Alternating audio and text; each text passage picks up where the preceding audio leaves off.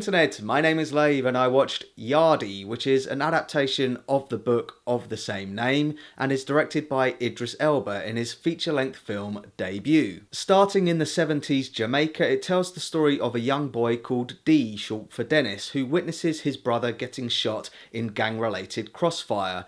This sets him off on a path of revenge, which results in him being sent to Hackney, London in the 80s as a grown-up, where he gets further embroiled in drug trafficking and gang-related violence. So I'll start off with some positives. Aesthetically, this is a good-looking film. Idris Elba has got a good eye for detail, along with his cinematographer John Conroy, who also did the cinematography for The Happy Prince, which I have reviewed.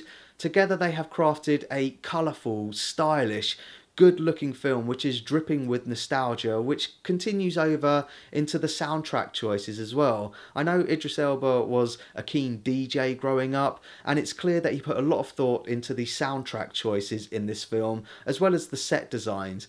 He was at a Q&A before this film started and he mentioned that his mother's carpet is in this film as well, and that's not a euphemism. However, the potential of this film is let down by its storytelling and lack of character development.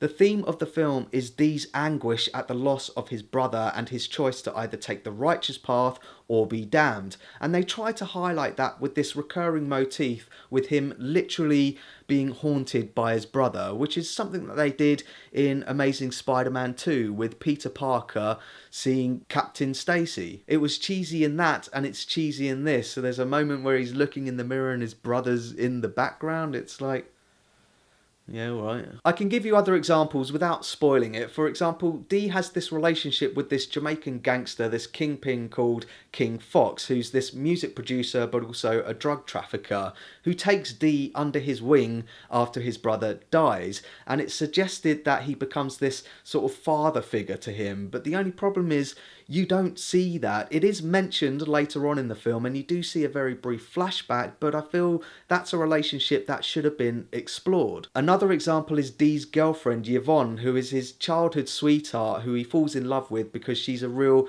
ghetto girl, and apparently they have a kid and have this relationship, but then it abruptly cuts to 6 years later and she's moved to London with the kid to get away from all the violence, and it's said that he hasn't seen them for years. Again, that's another relationship that I feel like should have been explored. Perhaps the film could have stayed in Jamaica for a little bit longer.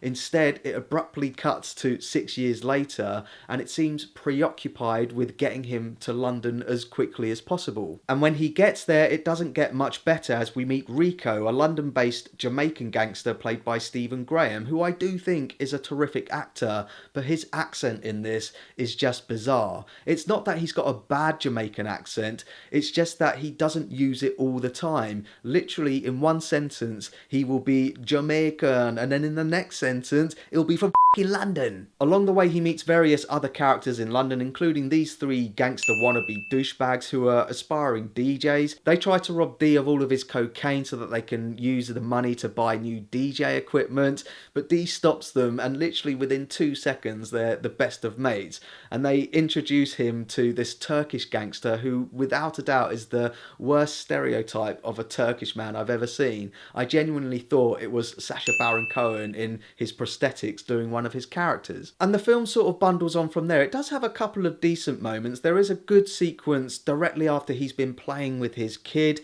which shows the ramifications of everything that he's doing and the effects that it could have on his family. That's a good moment of real tension, but there are moments of action and gun shootouts when you can see this isn't a veteran director. You can tell this is Idris Elba's first movie, which leads on to what's meant to be this really powerful emotional moment, which I felt lacked any emotion because the film lacks a real sense of time. The characters involved in this scene are meant to have been good friends and know each other for like 5 weeks, but it feels like they've only been on screen for about a day. And this continues into the third act, which takes on this 8 Mile type vibe, with it taking place in this underground club with a sort of rap battle. There is a big revelation, but I felt like it lacked any real emotional punch because it hadn't really explored it in the rest of the film. So that's my thoughts on Yardie, and pause the video if you want to take a closer look at my enjoyment tracker now. This film has got bags of style, but for me it lacked any real substance. Maybe that's because it's crammed into an hour and a half runtime.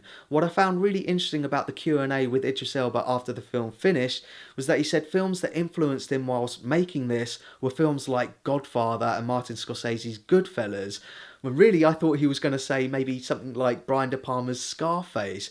I think this film had the potential to be that epic in its scale, and if he could have given it the same sort of scope and character development as Barry Jenkins did with his character Chiron in Moonlight, which I think this is trying to do, it could have been a really good gangster film. But instead it's just an okay feature film debut. I think it's the type of film that you might come across on Netflix and think, oh yeah, that was alright. So thanks very much for watching my review of Yardie. I really do appreciate it. If you can, give this video a like and don't forget to share the Lave.